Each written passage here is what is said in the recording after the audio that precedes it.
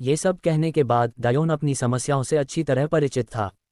उसने लाइब्रेरी में बहुत सी हरकतों की तकनीकें देखी थीं, लेकिन उन सभी में हास्यास्पद साधना की ज़रूरतें थीं। हालांकि वह तब तक इंतज़ार करना चाहता था जब तक कि वह अपने भौतिक शरीर को परिपक्वता तक नहीं पहुंचा लेता। समस्या ये थी कि बिना मूवमेंट तकनीक के पिछली रात जो स्थिति हुई थी वह बार बार होगी। उसकी इंद्रियां ओलिवर की हरकतों को देखने के लिए पर्याप्त शक्तिशाली थीं। वास्तव में ओलिवर उसके लिए धीमा था। समस्या ये थी कि चकमा देने के लिए पर्याप्त गति होनी चाहिए।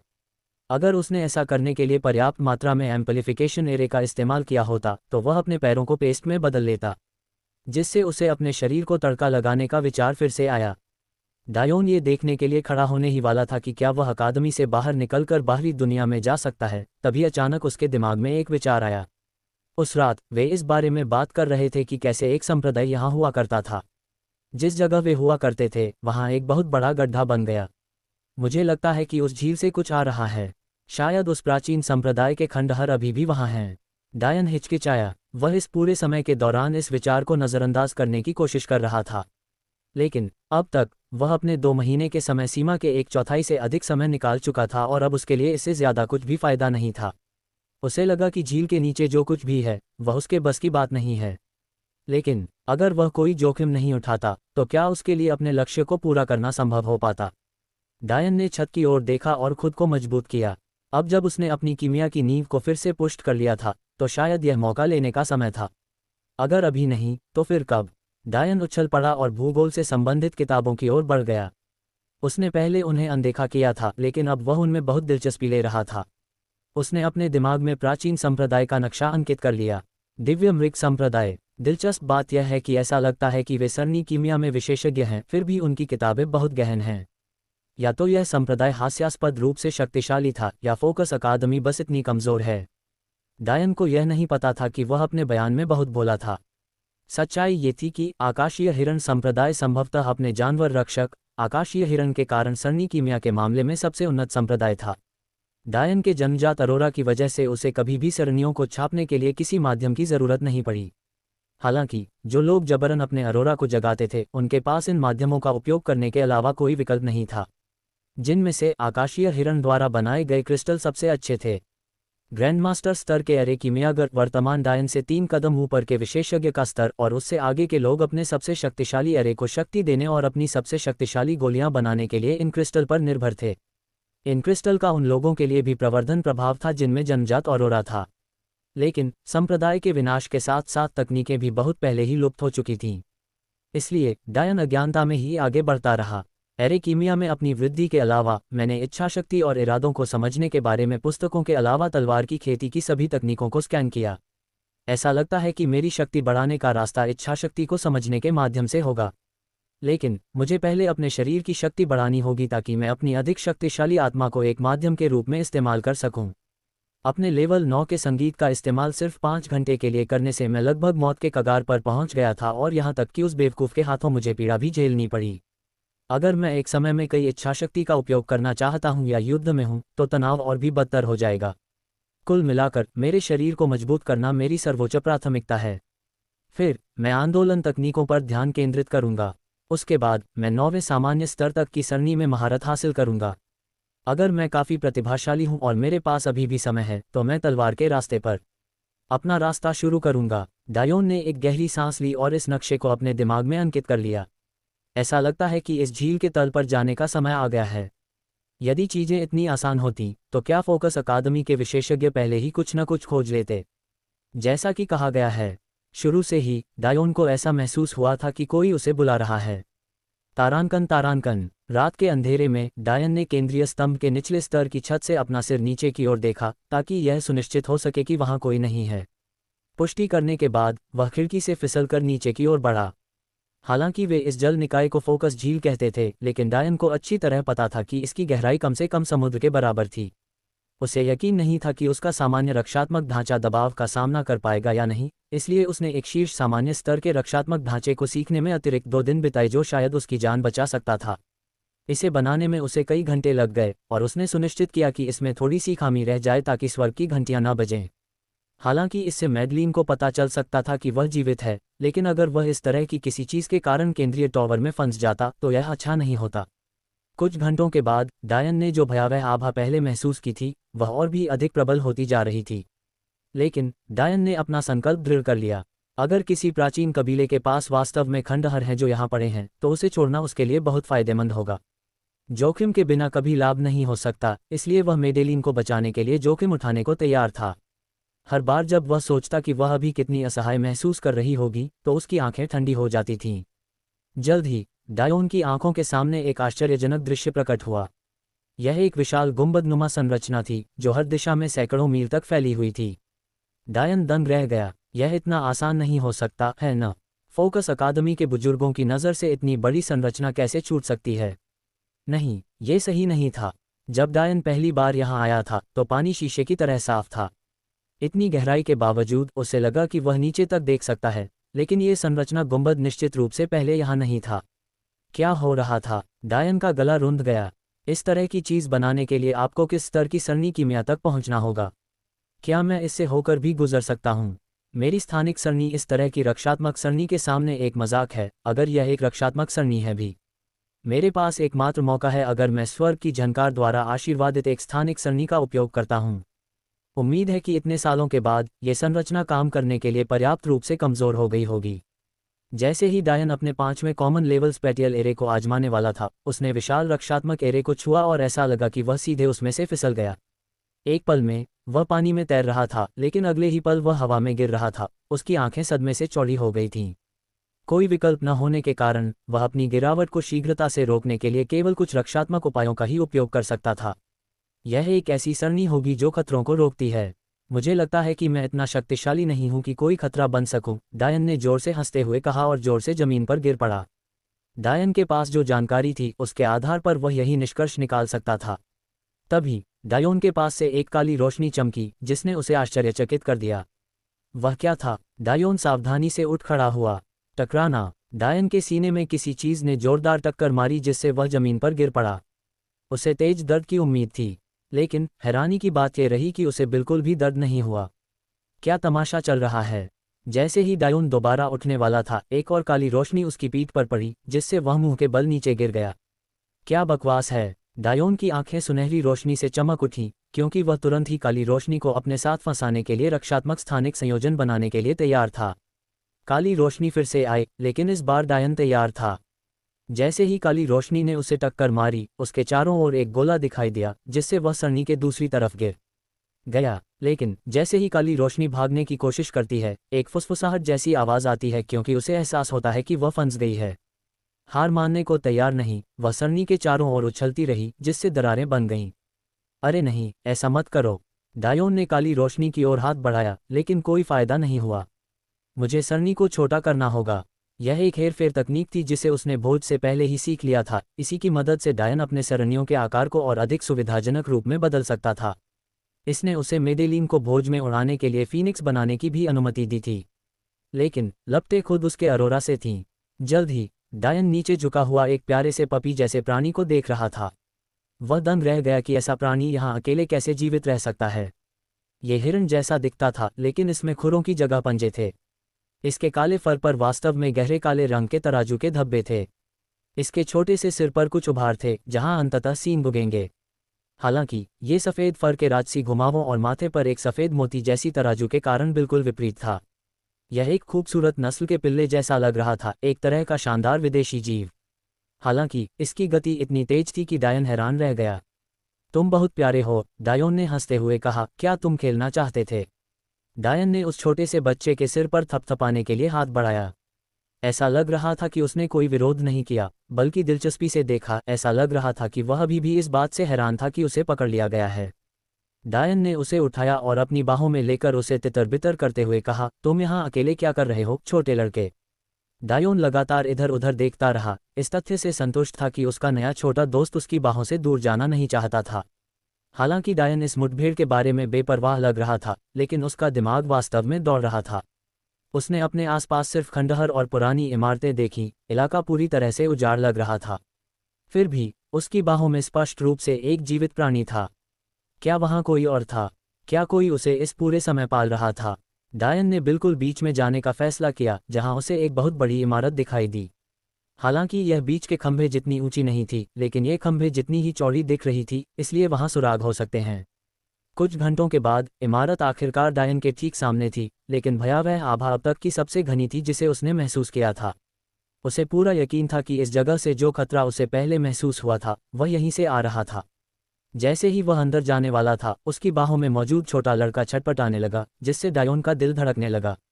तुम में बहुत हिम्मत है, मेरे बच्चे को पालतू जानवर की तरह रखते हो, एक आवाज़ गूंजी, लेकिन ऐसा लगा जैसे ये सीधे डायोन के दिमाग में पहुंची हो। डायन ने चारों ओर देखा। कांपते हुए उसने देखा कि एक शुद्ध सफ़ेद राजसी हिरण का विशाल सिलहूट आसमान में दिखाई दे रहा था, जिसके फर पर सोने के रंग के निशान थे। उसकी आंखें सफ़ेद रंग की अंतहीन शून्य थीं और उसकी आभा दम घोंटने वाली थी। डायोन ने नीचे देखा तो उसे मासूम काली आंखें उसकी ओर देखती हुई दिखाई दीं। तुमने मुझे वाकई मुसीबत में डाल दिया है न? डायन ने कड़वाहट से हंसते हुए कहा। उसे वाकई नहीं पता था कि ऐसी बात पर क्या कहना चाहिए। उसे बस यही लगा कि छोटा सा लड़का प्यारा है। अब उसकी मां नाराज थी। मायावी हिरण डायन की शांति से आश्चर्यचकित लग रहा था। उसकी साधना इस लड़के से कहीं ज्यादा थी, लेकिन वह शांत लग रहा था। उस पल उसकी दमनकारी आभा वापस आ गई और वह मुस्कुराती हुई भी दिखी। मुझे खेद है सीनियर, मैं केवल लिटिल ब्लैक के साथ खेल रहा था। मैं कभी भी देवता समान दिव्य हिरणों का अनादर नहीं करूंगा, डायन ने विनम्रता से कहा। भ्रम कुछ देर तक चुप रहा और फिर सिर हिलाया। फिर वह इतनी सुंदर महिला में सिकुड़ गई जिसकी तुलना मैडेलिन भी नहीं कर सकती थी। डायन ने कभी इतनी सुंदर महिला नहीं देखी थी कि वह लगभग घुटन महसूस कर रही थी। ये केवल इतना ही कहा जा सकता है कि उसका पति बहुत भाग्यशाली व्यक्ति था। ऐसा लगता है कि मार्शल दुनिया वास्तव में सुंदरता बढ़ाती है, लेकिन यह सबसे अच्छा है कि मैं ऐसी शक्तिशाली महिला को नाराज न करूं। पहली बार डायन ने अपनी चुलबुली टिप्पणियों को अपने तक ही सीमित रखा। ऐसा इसलिए नहीं था क्योंकि वह उसके लिए डर गया था, लेकिन अगर वह मर गया तो मैडेलिन की मदद कौन करेगा। लेकिन इससे डायोन मंत्रमुग्ध होने से नहीं रुका। डायन के सामने खड़ी उस महिला के बाल सफ़ेद और लहराते हुए थे। उसका छिपाव उसके पिछले फर से मेल खाता था, जो सोने के घुमावदार पैटर्न के साथ सफ़ेद था। वह धीरे धीरे डायन के पास चली गई। ऐसा लग रहा था कि वह उसे आंक रही है। यहाँ तक कि सेलेस्टियल डियस एक्ट के उत्कर्ष काल में भी जन्मजात अरोरा वाले लोग दुर्लभ थे। इस हद तक दुर्लभ कि हमारे लंबे इतिहास में केवल मुट्ठी भर ही ऐसे थे, उसने बुदबुदाया। डायन ने सोचा, वह शीर्ष स्थिति में नहीं दिखती। बेशक उसने ऐसा नहीं कहा। कौन जानता था कि यह विशेषज्ञ ऐसी बात पर बुरा मान जाएगा। अंततः उसने अपना विश्लेषण बंद कर दिया। डायन ने देखा कि एक नाजुक भ्रामक हाथ उसके माथे को छू रहा है। हिलना मत। अगर वह हिलना भी चाहता तो उसे रोकने में असमर्थ था। उसे ऐसा लगा जैसे उसकी पूरी जिंदगी सामने आ गई हो। उसकी यादें उसकी आंखों में चमक उठीं और कुछ ही पलों में उसे लगा जैसे यह महिला उसके बारे में सब कुछ जानती है। ऐसा लगता है कि आपका संप्रदाय काफ़ी अंधकार में है, लेकिन इतने कम अभ्यास के साथ 9वें सामान्य स्तर की व्यूह रचना करने में सक्षम होने के कारण आप हमारी पूरी वंशावली के विरुद्ध खड़े होकर भी एक शीर्ष प्रतिभाशाली व्यक्ति होंगे। महिला ने संतोष से सिर हिलाया। ऐसा लगता है कि मेरा इंतज़ार बेकार नहीं गया। मुझे पता है कि तुम्हें क्या चाहिए, बस मेरे साथ चलो। मैं तुम्हारी पत्नी को बचाने के लिए तुम्हें जो चाहिए वो देने को तैयार हूँ, बशर्ते तुम वादा करो कि मेरे मरने के बाद तुम मेरे बच्चे की अपने छोटे भाई की तरह देखभाल करोगे। मैं तुम्हारे दिल पर एक छाप छोड़ जाऊंगा। अगर तुमने कभी उसके साथ एक औजार की तरह व्यवहार करने की हिम्मत की तो मेरी आत्मा का एक टुकड़ा तुम्हें एक पल में मार देगा। डायन की पीठ पर ठंडा पसीना आ गया, लेकिन वह निश्चिंत था। उसका लिटिल ब्लैक को गाली देने का कोई इरादा नहीं था, इसलिए वह इस व्यवस्था से संतुष्ट था। लेकिन क्या ये सब कुछ बहुत जल्दी नहीं हुआ? यह महिला किस बात का इंतजार कर रही थी? और वह एक आत्मा लग रही थी, लेकिन उसके पास इतना छोटा बच्चा कैसे था? क्या उसकी हाल ही में मृत्यु हुई थी? इसके अलावा क्या उसके पास वाकई मैडलिन को ठीक करने का कोई तरीका था? क्या वह भरोसेमंद थी? रुको वरिष्ठ, क्या आप देवी के स्वभाव के बारे में जानते हैं? फिर भी डॉन ये पूछे बिना नहीं रह सका। यह एक महिला में होने वाली शीर्ष 3 जन्मजात ईश्वर स्तरीय शारीरिक संरचनाओं में से एक है। दिव्य महिला ने इमारत में चलना शुरू किया, लेकिन ये सबसे अधिक परेशानी वाली भी है। हालांकि जिस तरह से अकेहिको ने बताया कि यह वास्तव में इसे ठीक करने का एक तरीका है, इसका मतलब यह भी है कि आपकी महिला की सारी क्षमता खत्म हो जाएगी। उसका जीवनकाल एक सामान्य इंसान जितना होगा और फिर उसकी सारी प्रतिभा उसी की होगी। यह एक ऐसी विधि है जिसका उपयोग केवल डाक कबीले के सदस्य ही करेंगे। मुझे संदेह है कि इस दायु कबीले का उनसे संबंध है।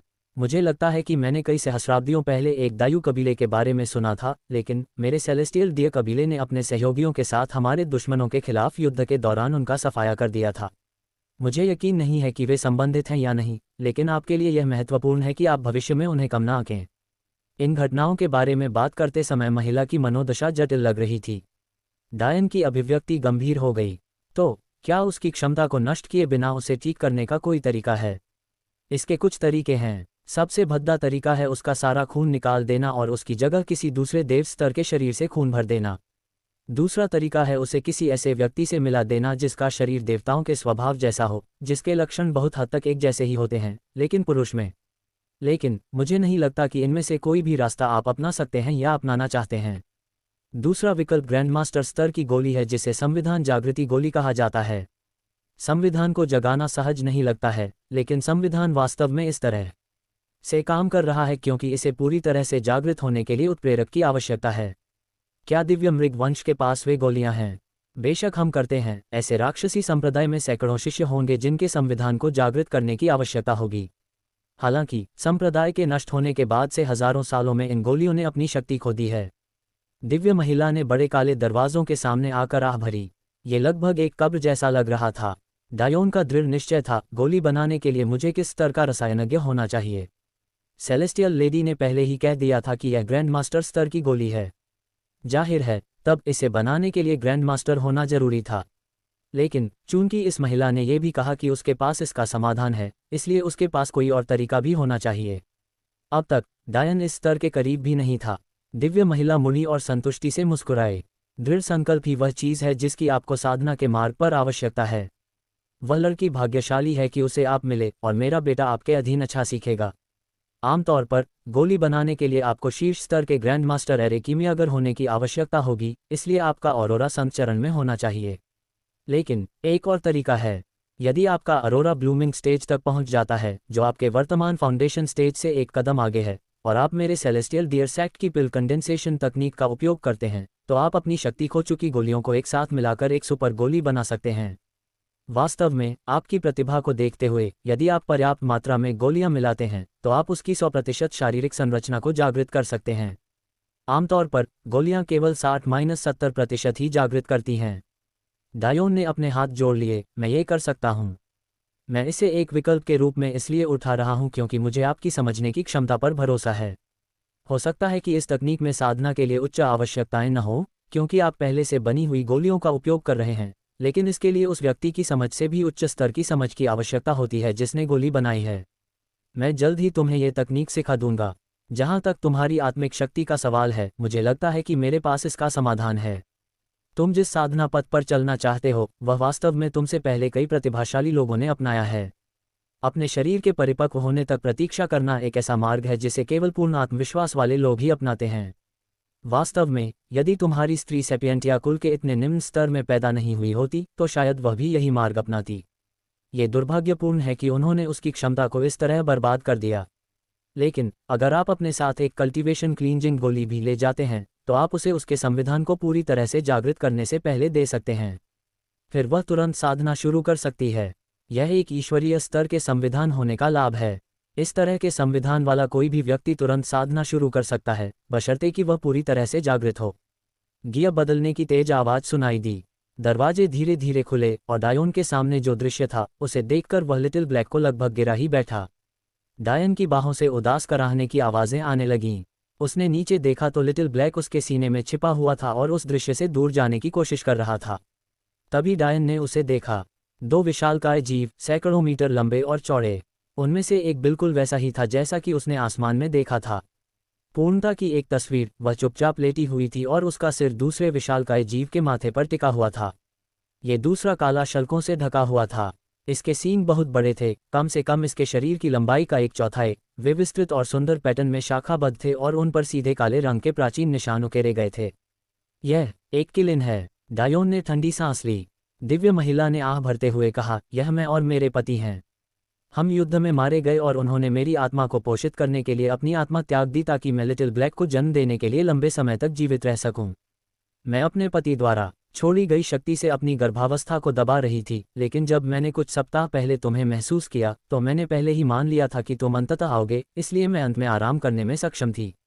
Little black. अब तक मेरा दिल उसका नाम रखने का नहीं था, लेकिन चूंकि तुम्हें ये नाम पसंद है, मेरे बच्चे, मैं तुम्हें ये नाम रखने की इजाज़त देता हूँ।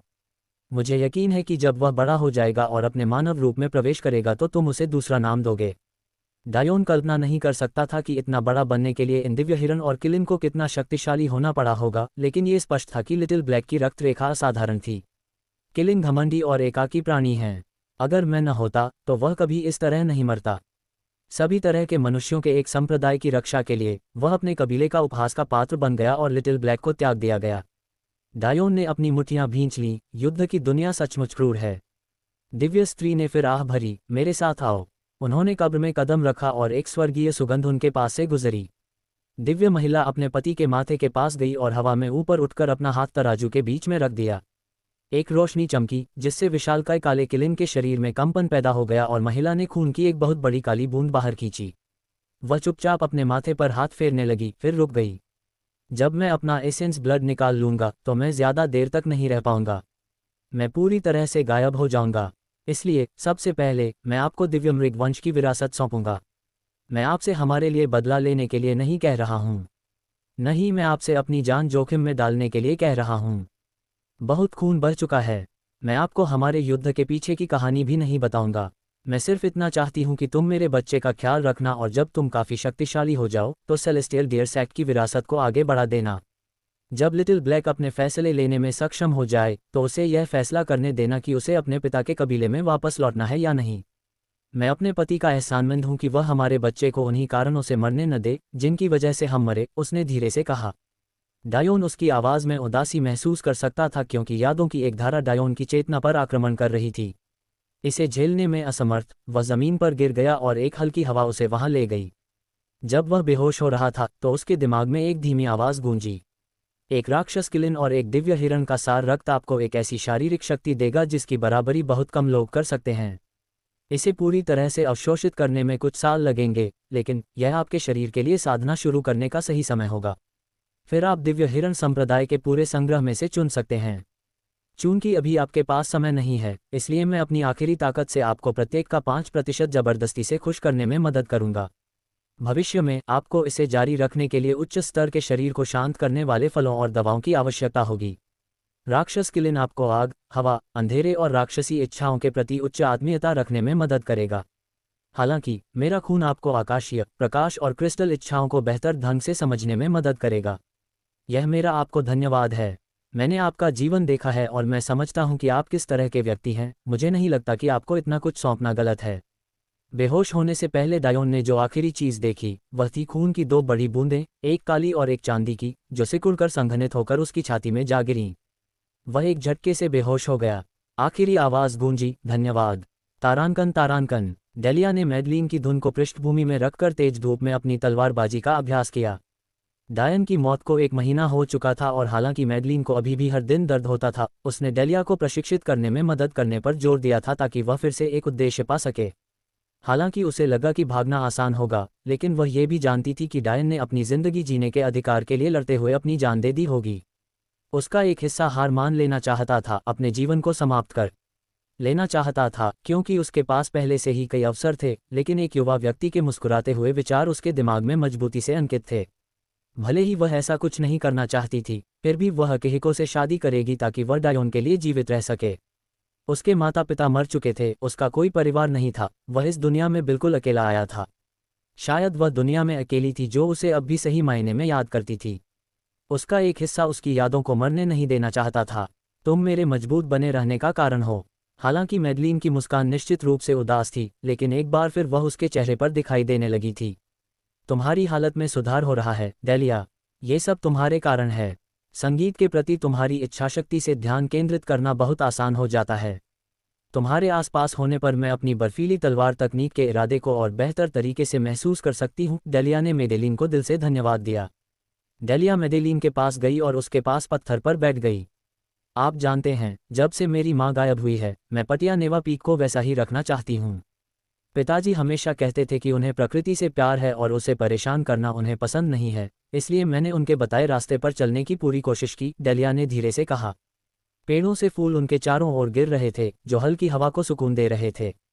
मेडेलिन चुपचाप सुनती रही। ऐसा अक्सर नहीं होता था कि डेलिया खुलकर बात करती, अपनी माँ के बारे में तो बात करना ही दूर की बात थी।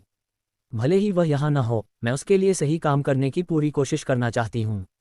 वह कहीं दूर हो सकती है या वह मर चुकी हो सकती है, लेकिन मैं जो जानती हूँ वही मेरे सामने है। मेरी इच्छाशक्ति मजबूत होने की है ताकि मैं अपने लिए महत्वपूर्ण किसी और को न खो दूँ। डेलिया ने आगे बढ़ने से पहले एक गहरी सांस ली। मैं आपकी ताकत की प्रशंसा करता हूँ बड़ी बहन। आपने अपनी युवावस्था से ही जो कुछ भी सहा है, एक इंसान के बजाय एक मूल्यवान शतरंज के मोहरे की तरह व्यवहार किया जाना, फिर उसी क्षण किनारे कर दिया जाना जब आप उपयोगी नहीं रहीं। वर्षों के संघर्ष के बाद शांति पाना, फिर अंततः थोड़ी सी खुशी में बस जाना, बस उन लोगों द्वारा इसे आपसे छीन लेना जिन पर आपने सबसे अधिक भरोसा किया था। और फिर भी तुम यहाँ बैठे हो, मुस्कुरा रहे हो। हाँ, ये दर्द की मुस्कान है, लेकिन फिर भी यह एक मुस्कान है। तुम ऐसा करते हो जबकि मैं उस महिला को भूल भी नहीं सकता जिसे मैं माँ कहता हूँ और जो शायद खुद ही चली गई। मैडलिन ने चौंक कर डेलिया की ओर देखा। डेलिया ने कड़वाहट से मुस्कुराते हुए कहा, मुझे पता है कि आप सभी ने मुझसे इसे छिपाने की कोशिश की, लेकिन अगर आप इसके बारे में सोचते हैं तो जवाब स्पष्ट है। वह मरी नहीं है। उसे ले जाया गया और क्लाइड गॉड कबीले में शादी करने के लिए मजबूर किया गया। पिता अपनी शक्ति को सील करने के बाद उसे बचाने के लिए पर्याप्त मजबूत नहीं थे। उद्धरण। डेलिया की आवाज़ धीमी थी, लेकिन फिर उसने दृढ़ता से कहा, लेकिन मैं रहूंगी। चाहे मुझे कितनी भी मेहनत करनी पड़े, मैं अपनी शक्ति बढ़ाऊंगी, सहयोगी ढूंढूंगी और अपने परिवार को फिर से साथ लाऊंगी। मैडेलीन ने अपनी आंखों के सामने डेलिया को परिपक्व होते देखा और उसके चेहरे पर मुस्कान थी। ऐसा लगता है कि हमने तुम्हें कुछ ज्यादा ही प्यार दिया। मैडेलीन ने दृढ़ता से सिर हिलाया। ठीक होने के बाद मैं तुम्हारे साथ और भी मजबूत हो जाऊंगी छोटी बहन। मैं तुम्हारे साथ भगवान के कबीले के खिलाफ खड़ी होऊंगी, भले ही हमें उनसे अकेले ही लड़ना पड़े। दोनों लड़कियां एक दूसरे को गले लगाकर एक दूसरे की कमजोरी और ताकत में सांत्वना पाने लगीं। तारांकन तारांकन। दोनों लड़कियों ने अपनी भावनाओं को संभाला और डेलिया फिर से अभ्यास शुरू करने के लिए तैयार हो गई। मैडलिन ने अपना वीणा थाम लिया और अपनी छोटी बहन का साथ देने के लिए तैयार हो गई। डेलिया ने तलवार घुमाते हुए कहा, तुम्हें पता है, सेंट्रल पिलर वर्ल्ड कल खुल रहा है। इस साल कोटा वास्तव में बहुत बड़ा है। लगता है कि स्टॉर्म परिवार के बहुत से नए सदस्य आ गए हैं। तूफान परिवार। खैर, मुझे पूरी तरह से यकीन नहीं है कि वे स्टॉर्म परिवार से हैं, लेकिन वे सभी गोरे और नीली आंखों वाले हैं, इसलिए मैंने बस यही अनुमान लगाया। सच में यह अजीब है। हालांकि मैंने एक बार अपने पिता से सुना था कि स्टॉर्म परिवार वास्तव में एक बड़ी कबीले की शाखा है जिसने किसी न किसी कारण से मुख्य शाखा से अलग होने का फैसला किया। मैंने अपने पिता को भी यही बात कहते हुए सुना जब मैं सोच रहा था कि हमने उन्हें पिलर फैमिली अलायंस में शामिल होने की अनुमति क्यों दी। उन्होंने ऐसा दिखाया जैसे उनके पास स्वीकार करने के अलावा कोई विकल्प नहीं था। इसके अलावा, जब आप अपनी बढ़ती बीमारी से निपट रहे थे, डेलिया ने चतुराई से कहा, उन्होंने बिग सैक टूर्नामेंट की तारीख आगे बढ़ा दी। ऐसा लगता है कि उन्हें आयाम खोलने वाले खजाने को बहुत तेजी से चालू करने का एक तरीका मिल गया है। वे टूर्नामेंट के उद्घाटन समारोह के रूप में आपकी शादी का उपयोग करने की योजना बना रहे हैं। ओह, आप सोच रहे होंगे कि दुल्हन को इस तरह की चीजें चुनने का मौका मिलेगा, मैडलिन ने कड़वाहट से कहा। डेलिया ने हंसते हुए कहा, चूंकि अकेहिको तुमसे बहुत कमजोर है, इसलिए तुम वह हरम पा सकती हो जो तुम हमेशा से चाहती थी। फिर तुम जितनी चाहो उतनी शादियां कर सकती हो ताकि सब कुछ सही हो जाए। मैडलिन ने पहली बार दिल खोलकर हंसते हुए कहा, इतना मजाक मत करो। मैं अपनी शादी एक रखेल पर क्यों बर्बाद करूंगी, मैडलिन ने शरारती अंदाज में कहा। हा, अकेहिको को प्रथम पति होने के नाते सम्मानित महसूस करना चाहिए, लेकिन बड़े संप्रदायों के वे वरिष्ठ लोग यहाँ आने पर बहुत क्रोधित होंगे। मुझे आश्चर्य होगा यदि उसे टूर्नामेंट के दौरान आधी मौत तक नहीं पीटा गया। क्या अकेहिको पहले से ही बड़े संप्रदायों का हिस्सा नहीं है? मेरा मानना है कि यह उच्च स्तरीय कामी शाखा परिवार के अधिकार क्षेत्र में था, वह टूर्नामेंट में क्यों होगा? हाँ, लेकिन इस साल दुनिया का उद्घाटन काफ़ी अलग है, क्योंकि वे जो दुनिया खोल रहे हैं वह बाकी दुनियाओं से बहुत ज़्यादा शक्तिशाली है। इसलिए खजाना एक बार में सीमित संख्या में लोगों को ही प्रवेश दे सकता है, भले ही उन्हें नई बिजली आपूर्ति मिली हो। इसलिए सभी बड़े संप्रदाय के शिष्यों के प्रवेश के बजाय उन्हें इस बार वास्तव में इसे सीमित करना होगा। ओह, लगता है इस बार हमारे किसी भी छात्र को जाने का मौका नहीं मिलेगा। हाँ, ये सोचना गलत है कि उन्होंने हमें प्रथम वर्ष के स्तंभ परिवार के सदस्यों को इसके लिए तैयार किया था, बस अंत में निराश होने के लिए। खुद को इतना कमतर मत समझो। तुम्हारी तलवार चलाने की इच्छाशक्ति पहले ही तीसरे स्तर पर पहुंच चुकी है। यह मत सोचो कि मैं भूल गया कि तुमने स्कूल वर्ष की शुरुआत में ही तलवार उठाई थी। सिर्फ 2 महीने और तुम पहले से ही इतने महान हो। मैं डायन से कैसे तुलना कर सकता हूँ? वह संगीत की इच्छा के 9वें स्तर तक पहुँच गया था और हम एक ही उम्र के हैं। मैडेलीन ने आह भरते हुए कहा, डायन 1 दशक से भी ज्यादा समय से संगीत बजा रहा है, उसके लिए अपनी समझ को इच्छाशक्ति में बदलना आसान था। अगर उसने तलवार उठाई होती तो उसे समझने में वह तुमसे भी धीमा होता। ओह, तो यह इस तरह है, डेलिया ने कहा और अपनी तलवार घुमाना जारी रखा। वह मन ही मन राहत महसूस कर रही थी। डायन की प्रगति की गति वास्तव में किसी के गौरव को चोट पहुंचा सकती है। तो छोटी बहन डेलिया, तुम और मेइंग मेरी सम्मानीय सेविकाएं होंगी, है ना? डेलिया मुस्कुराई, बेशक, मैं आपके लिए इसे आसान बनाने के लिए जो कुछ भी कर सकती हूँ करूँगी। मैडेलिन मुस्कुराई और मधुर स्वर बजाती रही। धुन और तीखी तलवार की ध्वनि दोपहर के आकाश में गूंज रही थी। तारांकन तारांकन। कामी चोटी पर एक अंधेरी हवेली खड़ी थी। यह एक गॉथिक चर्च की याद दिलाती थी जिसमें बड़ी और सनकरी खिड़कियां थीं। हालांकि एक विशेषज्ञ की तेज आवाज ने माहौल को बिगाड़ दिया था। तुम्हारा क्या मतलब है कि तुम शर्त में गहरे पत्थर हार गए? एल्डर कामी क्रोधित हो गए। जनरल उसके सामने खड़ा था और बेहोश न होने की पूरी कोशिश कर रहा था। स्तंभ परिवार के नेता की आवाज सुनकर जनरल कांप रहा था। मेरे पास कोई बहाना नहीं है। मैंने इसे आम आदमी के हाथों खो दिया, लेकिन मैंने जो सुना है उसके अनुसार वह मर चुका है। मैंने उसका शव खोजने की कोशिश की, लेकिन वह पहले ही झील के तल में डूब चुका होगा। हमारे पास पैसे वापस पाने का कोई रास्ता नहीं है। मैं करीब 1 महीने पहले उसके कमरे में घुसा था, लेकिन मुझे वहां पैसे नहीं मिले। यह पैसे शायद उसी के पास रहे होंगे। यदि डायोन को पता होता कि उसके कमरे में अलार्म बजाने वाला व्यक्ति जनरल है, तो ये कहना सचमुच कठिन था कि उसकी क्या प्रतिक्रिया होती। कामी को, हालांकि, अपने बाल नोचने का मन कर रहा था। ये वो पत्थर थे जो उसने टूर्नामेंट के लिए सट्टेबाजी पूल को बनाए रखने के लिए अलग रखे थे, और संभवतः बिग सैक्स को रिश्वत देने के लिए अगर उसका छोटा बेटा म्यूमी खुद को स्थान पाने के लिए पर्याप्त अच्छा नहीं था। ये पत्थर विशेष रूप से महत्वपूर्ण थे क्योंकि वह अपनी आत्मा की चोट के कारण इतने लंबे समय से बिस्तर पर था। लेकिन अब ये सब उसी बदमाश की वजह से चला गया था जिसे उसने चींटी की तरह कुचल दिया था। स्कूल हंसी का पात्र बन जाएगा क्योंकि तुम अपनी जुए की लत पर नियंत्रण नहीं रख सकते।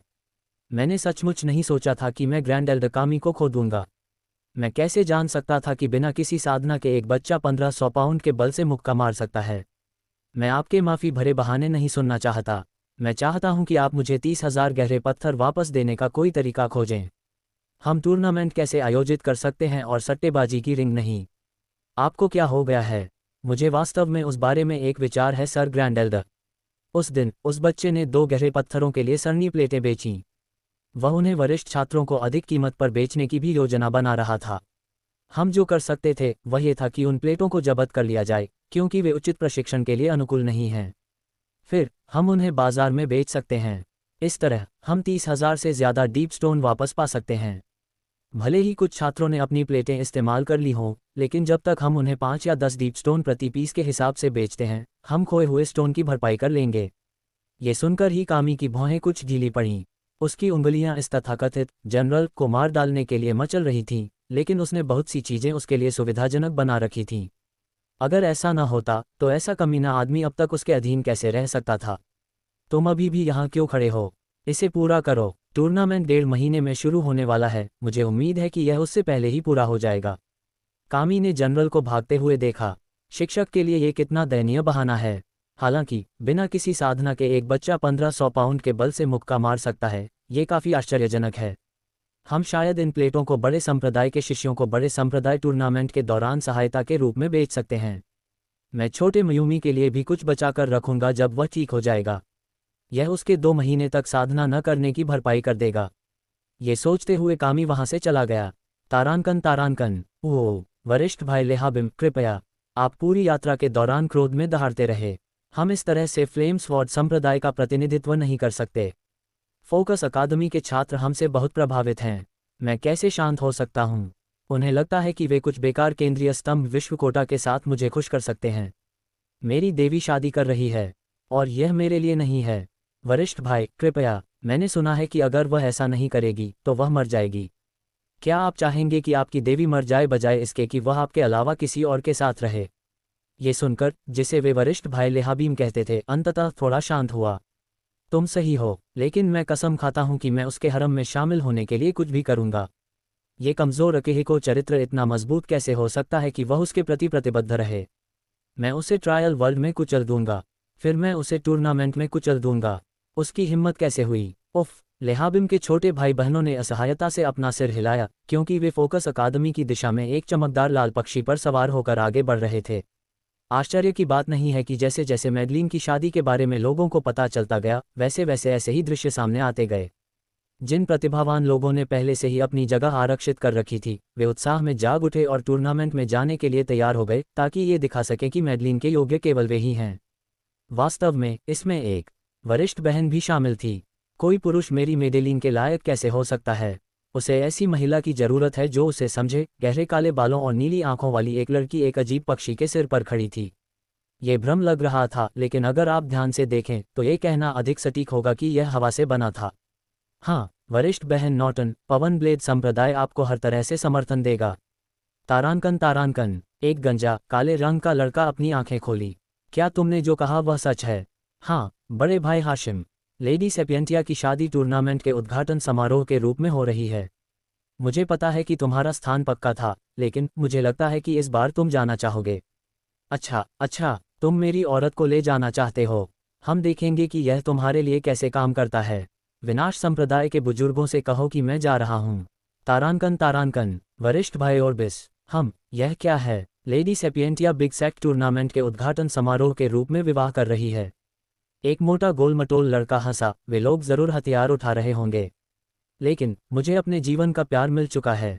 लेडी नॉर्टन ही मेरे लिए एकमात्र है। अगर मैं उससे शादी नहीं कर पाया तो साधना पत मेरी पत्नी होगी। वरिष्ठ भाई, हमने सुना है कि सभी वरीयता प्राप्त प्रतिभाशाली लोग फोकस अकादमी की ओर जा रहे हैं, जिसमें लेडी नॉर्टन भी शामिल हैं। न केवल आप उसे देख पाएंगे, बल्कि आपको बड़े संप्रदाय में मौजूद सभी सबसे मजबूत लोगों से लड़ने का मौका भी मिलेगा। अच्छा, तुमने इसी से शुरुआत क्यों नहीं की? मैं आ रहा हूँ मेरे प्यारे, ऑर्बिस के छोटे भाई बहनों ने ठहाके लगाकर हंसते हुए कहा, और हमने सोचा कि वह प्रतियोगिता के लिए आया है। हमारा पृथ्वी बद्ध संप्रदाय वास्तव में भाग्यशाली है कि वह हमारा शीर्ष शिष्य है, उन्होंने ठहाके लगाकर सोचा। हम वरीयता प्राप्त प्रतिभाशाली लोग बिग सैक टूर्नामेंट की ओर जा रहे हैं। ओह, और सेंटरपिलर वर्ल्ड भी। मैंने सुना है कि यह एल्विन दायरे के लिए एक टेलीपोर्टेशन सरणी है। मुझे आश्चर्य है कि बिग सैक्ट्स ने उन्हें इस पर एकाधिकार करने दिया, लेकिन मुझे लगता है कि अगर बिग सैक्ट्स ने इसे नियंत्रित किया तो युद्ध छिड़ जाएगा। मुझे लगता है कि मैं अपने छोटे भाई से मिलने जा सकता हूँ। इसके अलावा वरिष्ठ बहन विरिडी, वरिष्ठ बहन सेपियंटिया की शादी हो रही है। ओह, वह मेरा सर्वोच्च लक्ष्य हुआ करती थी। ये दुर्भाग्यपूर्ण है कि वह बीमार है। वह शादी क्यों कर रही है? और किससे? मैंने सुना है कि यह कामी कबीले से अकेहिको है। मुख्य कामी कबीले से उसके पास भगवान स्तर के रक्त का एक अच्छा प्रतिशत पाया गया था, इसलिए उसे बड़े संप्रदायों के कामी संप्रदाय में स्वीकार कर लिया गया था। मैंने सुना है कि भगवान स्तर का रक्त वरिष्ठ बहन सेपियंटिया के लिए इलाज है, इसलिए उसके परिवार ने उसकी शादी करने का फैसला किया। तो यह ऐसा ही है। मेडेलिन वाकई दयनीय है। मुझे यकीन है कि वह ऐसा नहीं करना चाहती। एल्विन दुनिया हमारे पौधों की खेती के लिए वाकई अच्छी होनी चाहिए, इसलिए हमें जाना चाहिए। बड़ी बहन मेडेलिन की भी सहायता करना अच्छा रहेगा। ऐसा लगता है कि वह शीघ्र ही ठीक हो जाएगी और पुनः जीवित हो सकेगी। गहरे सुनहरे बालों और भूरी आंखों वाली लड़की ने धीमी आवाज में कहा और लंबी यात्रा की तैयारी के लिए अपनी साधना से उठ खड़ी हुई। छोटे भाई, तुम्हें छोड़े हुए बहुत समय हो गया है। मुझे पता है कि तुम अंकल एल का समर्थन करना चाहते थे, लेकिन तुम्हें पता होना चाहिए कि एरेकीमिया हर किसी के लिए नहीं है। कबीला ऑरोरा अवेकनिंग का समर्थन नहीं कर सकता था और ग्रीन ब्लेड संप्रदाय में मेरी स्थिति उस समय इतनी ऊंची नहीं थी। मुझे उम्मीद है कि अब तुम घर आ जाओगे। तारांकन तारांकन, डायन को बाहरी दुनिया में हो रही हर बात का पता नहीं था। अगर उसे पता होता तो शायद वह गुस्से में खून की खांसी करता। एक अकेली लड़की इतने सारे बड़े संप्रदायों के प्रतिभाशाली लोगों को कैसे संगठित कर सकती है? क्या यह अतिशयोक्ति नहीं है? वह नहीं जानता था कि मेडेलिन का आकर्षण सिर्फ इस छोटी सी बात से कहीं ज्यादा था। बिग सैक्ट्स ही एकमात्र शामिल पक्ष प्रतीत हो रहा था, क्योंकि जानकारी यहीं तक फैली थी। ये कहा जा सकता है कि जानकारी जितनी दूर तक जाती, उस पर प्रतिक्रिया करने वाले लोग उतनी ही दूर तक जाते। इन बिग सैक्ट जीनियस को लगा कि उनके पास मौका है। इसका एकमात्र कारण ये था कि मेडेलिन बीमार थी। इसके अलावा डायन का दिमाग धीरे धीरे नई ऊर्जा के अनुकूल हो रहा था। इसकी वजह से उसकी आत्मा पर पड़ने वाला दबाव उसे और मजबूत बना रहा था। नतीजतन डायन का ऑरोरा धीरे धीरे ब्लॉसमिंग स्टेज पर अतिक्रमण कर रहा था। उसी समय डायोन का शरीर भी मजबूत हो रहा था, लेकिन उसकी आत्मा के कारण नहीं। दानव किलिन का खून और दिव्य हिरण का खून वास्तव में अद्भुत काम कर रहा था। लिटिल ब्लैक डायन की छाती पर लेटा हुआ देख रहा था, क्योंकि क्रिस्टल से ढके काले रंग के स्केल डायन की छाती और बाहों पर चमक रहे थे। उसकी आभा कभी हल्की और शुद्ध होती थी तो कभी गहरी और भारी, जिससे एक दबंग द्वंद्व पैदा होता था। डायन का शरीर फूल गया, लंबा और मांसल होता गया। उसे पता भी नहीं चला कि उसका 17वां जन्मदिन बीत चुका है और एसेंस के खून की वजह से उसकी लंबाई लगभग 2 मीटर हो गई है। उसका दुबला शरीर थोड़ा और सुडौल और भारी हो गया था, लेकिन फिर भी वह दुबला पतला और शक्तिशाली दिखाई देता था। उसकी विशेषताओं में एक तरह की शैतानी खूबसूरती बढ़ गई। जैसे जैसे उसका शरीर मजबूत होता गया, उसकी त्वचा गोरी होती गई, दोनों खून की 5% बूंदों के साथ घुल मिल गई। गर्जन। डायोन के मुंह से ड्रैगन की दहाड़ निकली, जैसे कि उसका खून और यादें उसमें समा गई हों। जैसे ही तराजू और क्रिस्टल फीके पड़ने लगे, उनकी आंखें धीरे धीरे खुलीं और उन्होंने जांच की तो पाया कि 2 सप्ताह और बीत चुके थे। अभी 1.5 महीना बाकी है। अभी 1.5 महीने का संघर्ष बाकी है। उसके बाद मैं तुम्हें कभी संघर्ष नहीं करने दूंगा। तारांकन तारांकन। Ellie Ellie. Oh huh sorry uncle Al, मैं ध्यान नहीं दे रहा था। अंकल एल ने आह भरी, मुझे पता है कि तुम डायन के बारे में सोच रहे हो। लेकिन मार्शल, दुनिया क्रूर है। बिना किसी सहारे के या अपना सिर झुकाने की इच्छा के बिना जीवित रहना लगभग असंभव है। ये सिर्फ एक शर्म की बात है कि ऐसी प्रतिभा मर गई। लेकिन हमें आगे बढ़ना होगा। मैंने फैसला किया है कि तुम कबीले में वापस आ जाओगे। तुमने इस बूढ़े आदमी की खातिर खुद को यहाँ बहुत लंबे समय तक परेशान होने दिया है। एली अंकल आइल की बात गंभीरता से सुन रहा था, लेकिन वह आखिरी लाइन पर हंसने से खुद को रोक नहीं पाया। बूढ़े आदमी, आप 30 साल के भी नहीं हैं अंकल। अगर यहाँ के बुजुर्गों को पता चले कि वे ऐसे प्रतिभाशाली व्यक्ति के साथ इतना अपमानजनक व्यवहार कर रहे हैं, तो वे पछतावे से खून की खांसी करेंगे। अंकल आइल हल्के से हंसे। उस डायोन लड़के की आंखें बहुत तेज थीं। ऐसा लग रहा था कि वह बता सकता था कि मैं जितना दिखता हूँ उससे कहीं कम उम्र का हूँ। लेकिन विषय बदलने की कोशिश मत करना। लेडी मेडेलिन की शादी के हंगामे ने सभी बीजित प्रतिभाओं को विरासत की दुनिया के लिए उनकी तैयारी से बाहर कर दिया है। इसके अलावा एल्विन वर्ल्ड जल्द ही खुलने वाला है। आपकी बड़ी बहन उन 2 चीज़ों में से किसी को कैसे मिस कर सकती है? सब कुछ खत्म होने के बाद आप उसके साथ वापस चले जाएंगे। इस छोटी सी जगह में आपकी साधना को दबाया जा रहा है। कीमिया और जड़ी बूटियों में आपकी प्रतिभा मुझसे कहीं ज्यादा है। मेरे बेकार सपनों की वजह से खुद को नीचे मत घसीटें। अंकल एल, मैं वापस जाऊंगा, लेकिन तुम मेरे साथ आ रहे हो। तुम यहाँ एक अरे कीमियागर बनने की उम्मीद कैसे कर सकते हो? उन्हें शायद तुम्हारे जैसे बेहतरीन कीमियागर की ज़रूरत थी, लेकिन कई अन्य जगहों पर भी इसकी ज़रूरत है। इसके अलावा मुझे लगता है कि विरिडी कबीले की दूरदर्शिता कम है। वे अरे कीमिया के रहस्यों में से केवल आधे पर ध्यान केंद्रित करना चुनते हैं क्योंकि वे काय हैं। मैं उनमें से किसी से भी ज़्यादा तुम्हारा सम्मान करता हूँ अंकल। अंकल एल ने आह भरते हुए कहा, ऐसा नहीं है कि वे काय हैं, बल्कि ऐसा है कि कीमिया विभाग ने अरे कीमियागरों को दबाना शुरू कर दिया है। कोई भी नहीं सोचता कि अब इसमें कोई भविष्य है। जब से सेलेस्टियल हिरन कबीले का विनाश हुआ है, दुनिया ने शीर्ष विशेषज्ञ अरे कीमियागरों को पैदा करने के अधिक से अधिक तरीकों को खोना शुरू कर दिया है। इसलिए उन्होंने एक व्यवसाय को 2 भागों में विभाजित कर दिया, प्राचीन पेशे के पीछे के गहरे अर्थ को पूरी तरह से नष्ट कर दिया। अंकल एल ने अपना सिर हिलाया। एरे अल्कमी के पतन के पीछे का सच उससे कहीं ज्यादा गहरा था जितना उसने बताया था, और उससे कहीं ज्यादा खतरनाक भी। लेकिन उसने अपने छोटे भतीजे पर अपने सपनों का बोझ डाल दिया था। चाचा एल ने आह भरी। एक पल के लिए झिझकने के बाद उन्होंने आगे बोलने का फैसला किया। हालांकि वह ज्यादा कुछ नहीं कहना चाहते थे, लेकिन कम से कम वह अपने छोटे भतीजे के लिए कुछ रोटी के टुकड़े छोड़ना चाहते थे। अगर एक दिन वह इतने बड़े और मजबूत हो गए कि खुद के लिए कोई मौका पकड़ सके, तो वह ऐसा कर सकते थे। सरनी कीमिया के पीछे का अर्थ समझ से परे है, लेकिन अपने अध्ययन से मैं ये समझ पाया हूँ कि जीवन और पौधों की समझ तथा सरनियों और संरचनाओं की समझ एक दूसरे से अभिन्न रूप से जुड़ी हुई हैं। कोई व्यक्ति अपने आसपास के वातावरण के अनुरूप बने बिना एक उचित सरनी कैसे बना सकता है? सरनी का लक्ष्य वस्तुतः सीमित स्थान में एक नया कानून और व्यवस्था बनाना है। आप शुरू में नियमों को समझे बिना ऐसा कैसे कर सकते हैं? और कीमिया के बारे में क्या? आपका लक्ष्य ग्राफ्टिंग पौधों या भगवान जैसी गोलियों के रूप में नया जीवन बनाना है, जिनमें से कुछ में तो अपनी आत्मा भी होती है। दुनिया के नियमों में हेरफेर करने के तरीके को समझे बिना आप ऐसा कैसे कर सकते हैं? एली ने यह भाषण लाखों बार सुना था, लेकिन वह फिर भी इससे मोहित हो गया। और फिर भी ये तथाकथित नए विशेषज्ञ सोचते हैं कि अलगाव ही इसका समाधान है। मेरी राय में सड़ती हुई मुख्य सरनी कीमिया शाखा भी किसी भी संरचना या कीमिया शाखा से कहीं बेहतर है। एली मुस्कुराया। ये शर्म की बात है कि कबीला आपसे सहमत नहीं था अंकल। हम कीमिया के तरीकों में फंस गए हैं, लेकिन ये हमारे भविष्य में बाधा डालता है। सरनियों और कानूनों के हेरफेर की समझ के बिना ग्रैंडमास्टर कीमिया को पार करना असंभव है। ये ठीक है अंकल। डायन से पहले एली ने गहरी सांस ली। उसने हमारे लिए कुछ छोड़ा है। वह हमारे छोटे गुट को नहीं भूला है। उसके द्वारा छोड़ी गई इन सरनी प्लेटों के साथ हम न केवल सरनी कीमिया के दूसरे आधे हिस्से को समझने की कोशिश कर सकते हैं, बल्कि हम उन्हें आपके ऑरोरा को 20% तक जागृत करने के लिए निधि देने के लिए बेच सकते हैं। इस तरह आप वास्तव में एक सरनी कीमियागर बन सकते हैं। मूर्ख मत बनो छोटे एली, इसे 10% तक खोलना मेरे लिए काफ़ी होगा। हम तुम्हारा 15% तक खोल देंगे, तुम्हारी क्षमता मेरी तुलना में बहुत अधिक है। एली विरोध करने ही वाला था कि उसने अपने चाचा की आंखों में दृढ़ता देखी। वह सिर्फ अपना सिर हिलाकर और कड़वी मुस्कान के साथ मुस्कुरा सका। इसके अलावा एली, तुम्हें अपनी खेती पर भी ध्यान देना चाहिए। एल्विन की दुनिया कल खुलेगी और तुम्हारी बहन तब तक यहाँ आ जानी चाहिए। उसके साथ जाओ। किसी कारण से उन्होंने इस साल सामान्य कोटा प्रणाली को हटा दिया है। ऐसा लगता है कि वे कुछ वस्तुएं ढूंढना चाहते हैं और चाहते हैं कि ज़्यादा से ज़्यादा लोग उन्हें देखें। सच में, मैंने बहुत दिनों से बड़ी बहन को नहीं देखा, मुझे उसकी याद आती है। ठीक है, मैं चलता हूँ। तारानकन, ओलिवर, तुम कमज़ोर कमीने, यहाँ से चले जाओ। एक लाल सिर वाले व्यक्ति की जोरदार हंसी ने बीच के खंभे की छत को भर दिया। ओलिवर ने आह भरते हुए कहा, जूनियर लेहाबिम, आपको देखकर अच्छा लगा। तस्क, 21 साल की हो चुकी हूँ और अभी भी फाउंडेशन स्टेज में हूँ। क्या अपनी छोटी बहन के बराबर ताकतवर होना शर्मनाक नहीं है?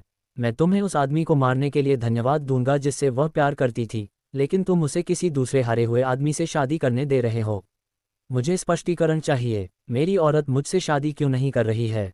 ओलिवर का चेहरा काला पड़ गया, लेकिन इससे पहले कि वह जवाब दे पाता, एक गहरी और गूंजती हुई आवाज ने उसे बीच में रोक दिया। तुम में बहुत हिम्मत है स्पार्की, मेरी देवी को अपनी औरत बनाने का दावा करने की। तुम लड़ना चाहते हो, गंजे कमीने। अगर मैं ओलिवर को चुनौती भी दूं तो भी यह कमीना नहीं लड़ेगा, लेकिन मुझे यकीन है कि तुमने कम से कम 9 मेरिडियन तो खोल ही लिए होंगे, है ना? अगर नहीं तो यह कोई मज़ा नहीं होगा। लेहाबिम ने अपनी उंगलियां चटकाईं। काली चमड़ी वाले किशोर के चमकते सिर पर एक नस उभर आई। ये बात एक बार और कहो, तुम आधी बुझी हुई आग वाले शैतान। लेहाबिम के लाल बाल और भी चमकीले हो गए जैसे वह हाशिम के पास पहुंचा। उसके चेहरे पर एक मुस्कान थी जो मुस्कान नहीं थी। ऐसा लगता है कि इतनी कम उम्र में गंजा हो जाने की वजह से तुम बूढ़े हो गए हो। तुम्हें लगता है कि तुम किसी से भी इस तरह बात कर सकते हो? ओलिवर ने कड़वाहट से मुस्कुराते हुए बीच बचाव करने की कोशिश की। दोस्तों, कृपया, आप हमारे फोकस अकादमी के मूल्यवान मेहमान हैं, आप यहाँ लड़ नहीं सकते। वे दोनों ओलिवर की ओर मुड़े, उनकी आंखें क्रोध से जल रही थीं। चुप हो जाओ ओलिवर, मैंने तुम्हें सिर्फ इसलिए नहीं पीटा क्योंकि तुम्हारी बहन ने तुम्हें मारा है, लेकिन तुमने उस नामर्द को मार डाला। मुझे लगता है कि अब वह तुम्हारी इतनी रक्षा नहीं करेगी, है ना? क्या इसका मतलब यह है कि मैं बिना इस चिंता के तुम्हारी पिटाई कर सकता हूं कि वह मुझसे नफरत करेगी? हाशिम ने जोर से कहा। ओलिवर की मुट्ठियां कस गईं।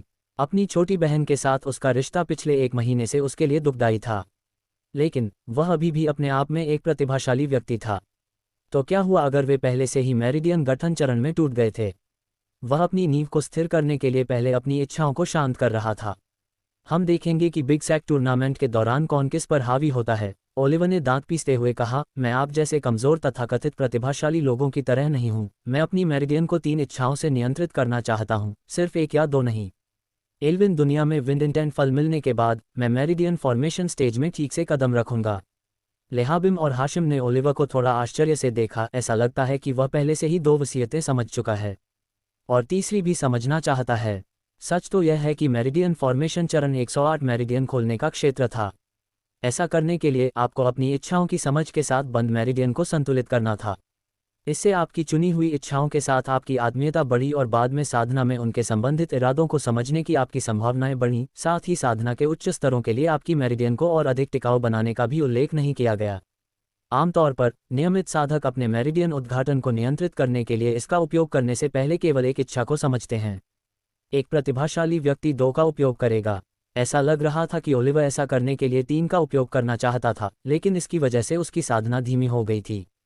इच्छाशक्ति के बारे में मेरी वर्तमान समझ के अनुसार यह मत मानिए कि मैं आपको जहां आप खड़े हैं वहां से 2 टुकड़ों में नहीं काट सकता। ओलिवर की आंखें तेज हो गईं, क्योंकि तलवार की क्यूई के भंवर उसके चारों ओर उड़ रहे थे।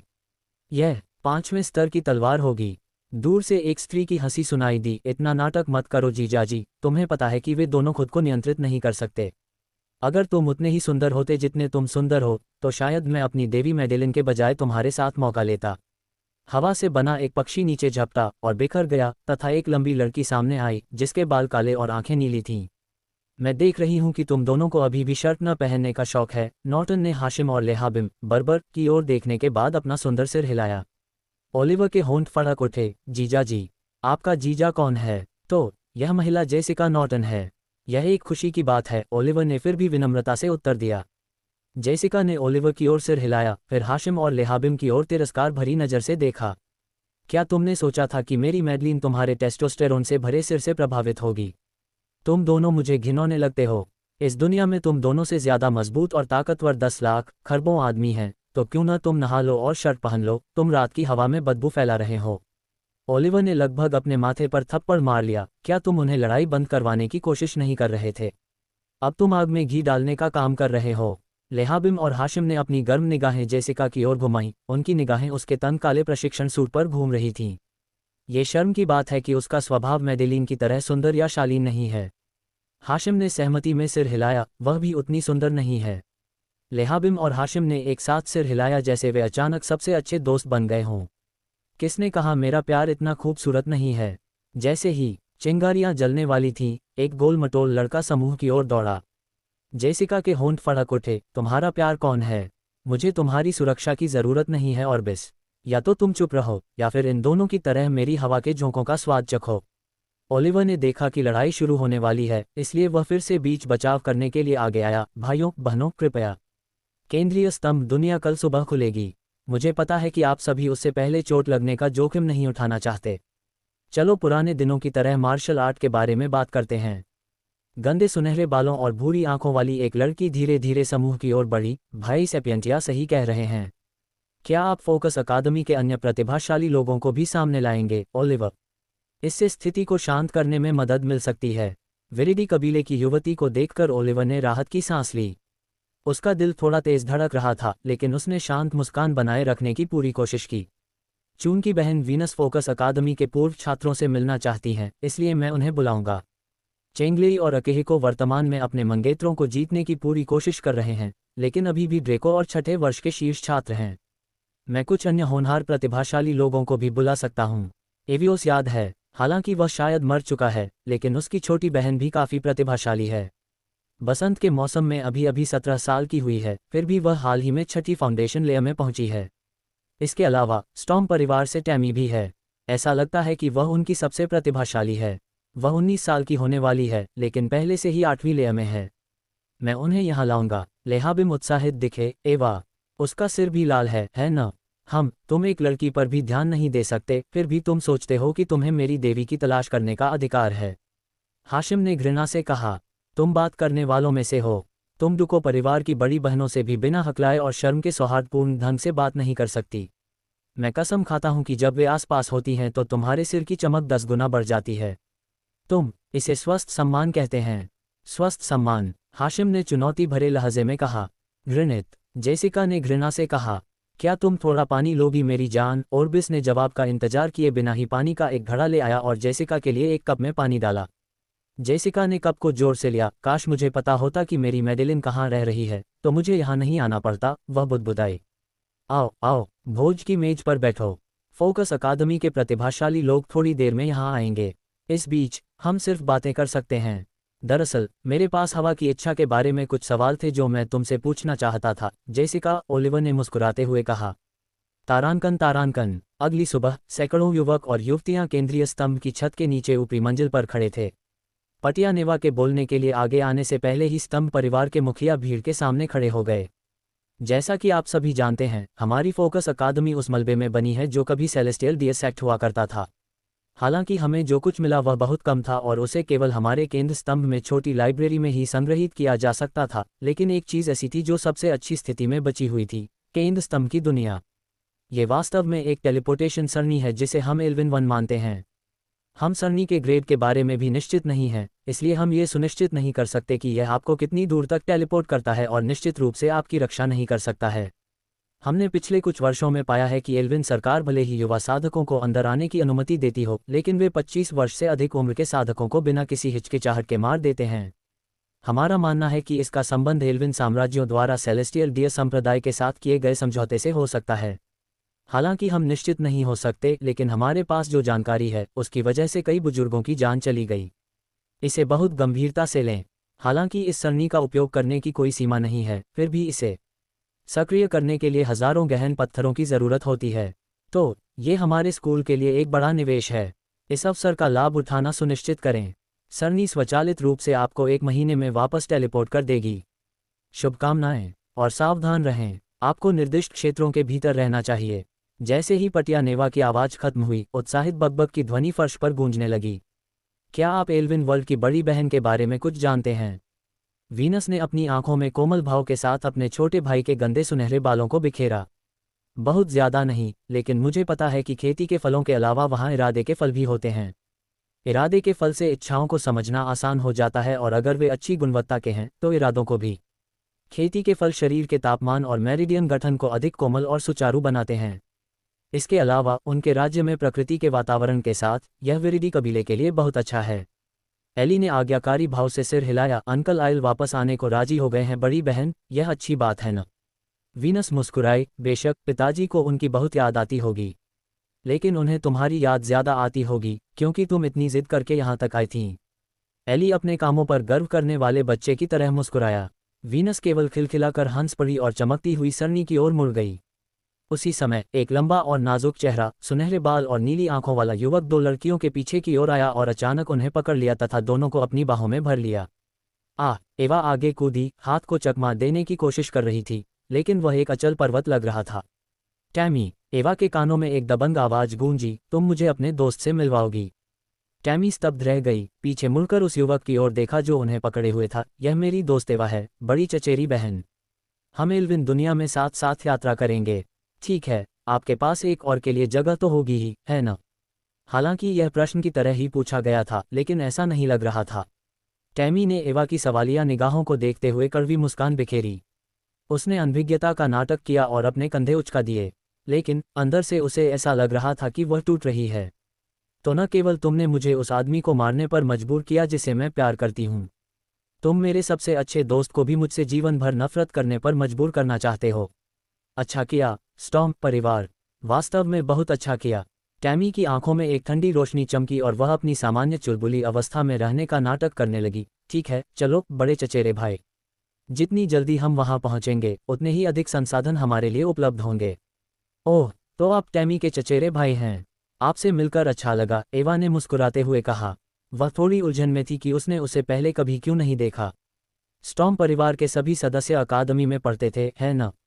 लेकिन उसने पूछने की जहमत नहीं उठाई, यह उसके लिए बहुत महत्वपूर्ण नहीं लगा। मैं बाल हूँ, इतनी खूबसूरत लड़की से मिलकर अच्छा लगा। मैं अगले महीने का इंतजार कर रहा हूँ, उसने मुस्कुराते हुए कहा। हालांकि सतह पर मुस्कान में कुछ भी गलत नहीं लग रहा था, और वह वास्तव में काफी सुंदर था। एवा को लगा कि कुछ गड़बड़ है, लेकिन उसे भरोसा था कि उसका सबसे अच्छा दोस्त उसे किसी भी ऐसी स्थिति में नहीं डालेगा जिसमें सुधार न हो सके। इसलिए उसने अपनी भावना को एक तरफ धकेल दिया और वापस मुस्कुरा दी। पीछे 4 सुनहरे बाल और नीली आंखों वाले स्टॉर्म परिवार के सदस्यों का एक समूह बाल को देख रहा था। बेचारी लड़की, लगता है बाल ने किसी और पर नजरें गड़ा दी हैं। क्या उसे वाकई टैमी को इतना परेशान करना है? अपनी भरी हुई छाती पर धनुष बांधे एक लड़की ने कहा। तुम्हारा यह मतलब भी नहीं है, इसलिए मुझे नहीं पता कि तुम सहानुभूतिपूर्ण लगने की कोशिश क्यों कर रही हो। ऑटम, एक दूसरी लड़की ने कहा जिसकी पीठ पर एक जोड़ने योग्य भाला 2 टुकड़ों में टूटा हुआ था। शायद अगर वह काफी मजबूत होती तो उसे इन सब से नहीं जूझना पड़ता। चूंकि वह सबसे कमजोर है, इसलिए निश्चित रूप से उसे धमकाया जाएगा और स्थिति को नियंत्रित करने के लिए उसे इस कूड़ेदान जैसे स्कूल में भेजा जाएगा। ऑटम ने पलटकर जवाब दिया, आप अच्छी तरह जानते हैं कि वह सबसे कमजोर हो सकती है, लेकिन वह सबसे छोटी भी है और उसमें अपनी प्रतिभा है। ये तो छोड़िए कि उसका बड़ा भाई कोई मजाक नहीं है। अगर आप उसे परेशान करते रहेंगे तो आपका भविष्य शायद उतना उज्जवल न हो, एक बहुत ही भारी भरकम और शांतचित्त व्यक्ति ने कहा। वह लगभग बहुत लंबा था, 2.5 मीटर लंबा। वास्तव में भीड़ में से कई लोग उसे देखना बंद नहीं कर सकते थे। ये और भी बुरा था कि उसकी पीठ पर एक विशाल हाथ मोटा 4 मीटर लंबा भाला था। उसकी आंखों में आलसी भाव के बावजूद उसका आभामंडल दबंग था। इतना बिगाड़ने वाला मत बनो, डैगन। मैंने कभी सीधे तौर पर उसे धमकाया नहीं है, लेकिन मैं इतना मजबूत भी नहीं हूं कि बाल को उसे धमकाने से रोक सकूं, सिर्फ तुम ही हो। तो तुमने कुछ क्यों नहीं किया? डैगन ने अपने चचेरे भाई की ओर देखा। तुम मुझे जानती हो कैलिडोरा, अगर मुझ पर कभी कोई दबाव नहीं होगा तो मैं कैसे सुधार कर सकता हूँ? एक दिन उसके पकड़ में आने और मेरे स्वाभिमान को कुचलने के विचार से ही मेरा खून खौल उठता है। डैगन की आलसी नज़र बदल गई और उसकी नीली आंखें काली पड़ गईं। उसके शरीर की भारी मांसपेशियों में बिजली की चमक शुरू हो गई और उसमें से सोने, लाल और नीले रंग की धारियां निकलने लगीं। ऐसा प्रतीत होता था कि यद्यपि यह डैगन तर्क की आवाज़ की तरह लग रहा था, फिर भी वह स्टॉर्म परिवार के अन्य युवकों की तरह ही समाज के लिए एक संकट था। आप सभी को शांत रहने की ज़रूरत है। आप एल्विन वर्ल्ड में जो चाहें कर सकते हैं, लेकिन हमें अभी भी यहाँ कम प्रोफाइल रखने की ज़रूरत है। यहाँ तक कि टैमी भी अपनी खेती को गुप्त रखती है। इसे बर्बाद मत करो, एक धीमी आवाज़ ने डैगन की आभा को दबा दिया। डैगन ने हंसते हुए कहा, ऐसा लगता है कि मुझे भी तुम पर नज़र रखनी होगी, ब्लेड। जब तक आप योजना को बर्बाद नहीं करते तब तक आप जो चाहें करें। और याद रखें कि बड़े संप्रदाय के प्रतिभाशाली लोगों को न छुएं। ये सौदे का हिस्सा है। ब्लेड के चारों ओर भाले की क्यूई की एक हल्की रोशनी घूम गई जब वह सरनी की ओर चला गया। चलो चलते हैं। क्या इस आदमी ने सिर्फ इतना ही नहीं कहा था कि कम प्रोफाइल रखो? वे हमें शीघ्र मृत्यु की ओर ले जाएंगे। दोनों लड़कियां एक दूसरे को असहाय दृष्टि से देखने लगीं और फिर अपने अपने बड़े भाइयों के पीछे चली गईं। तारानकन तारानकन, डायोन उठकर बैठ गया, कांपते हुए जब उसने देखा कि मृत्यु क्यूई उसके शरीर से एक झोंके के रूप में निकल रही है। ऐसा लगता है कि मैंने इस मृत्यु क्यूई को कम करके आंका था। धन्यवाद। डायन को यह एहसास नहीं था कि वह कितना भाग्यशाली था कि उसे इतनी सफाई से यह मृत्यु क्यूई निकाल दी गई। दिव्य महिला के हस्तक्षेप के बिना प्रतिकूल प्रभाव जीवन भर उसका पीछा करते रहते। डायन ने लिटिल ब्लैक को अपनी बाहों में पकड़ रखा था और वह उसका चेहरा चाट रहा था। लिटिल ब्लैक की प्यारी बड़ी काली आंखों में देखते हुए उसने उसके सिर पर थपथपाया। आज से तुम मेरे छोटे भाई हो। तुम्हारी माँ अब इस जीवन में मेरी एकमात्र गुरु है। एक दिन की गुरु, जीवन भर की माँ। कम से कम उन किताबों में तो इस मार्शल वर्ल्ड की संस्कृति के बारे में यही लिखा है। एक बार जब हम पर्याप्त रूप से मजबूत हो जाएंगे तो हम आपके बूढ़े आदमी के कबीले पर कहर ढाएंगे। फिर हम दिव्य मृग संप्रदाय को पुनर्जीवित करेंगे, डायन ने धीरे से कहा। लिटिल ब्लैक डायोन की ड्रेस शर्ट में घुस गया।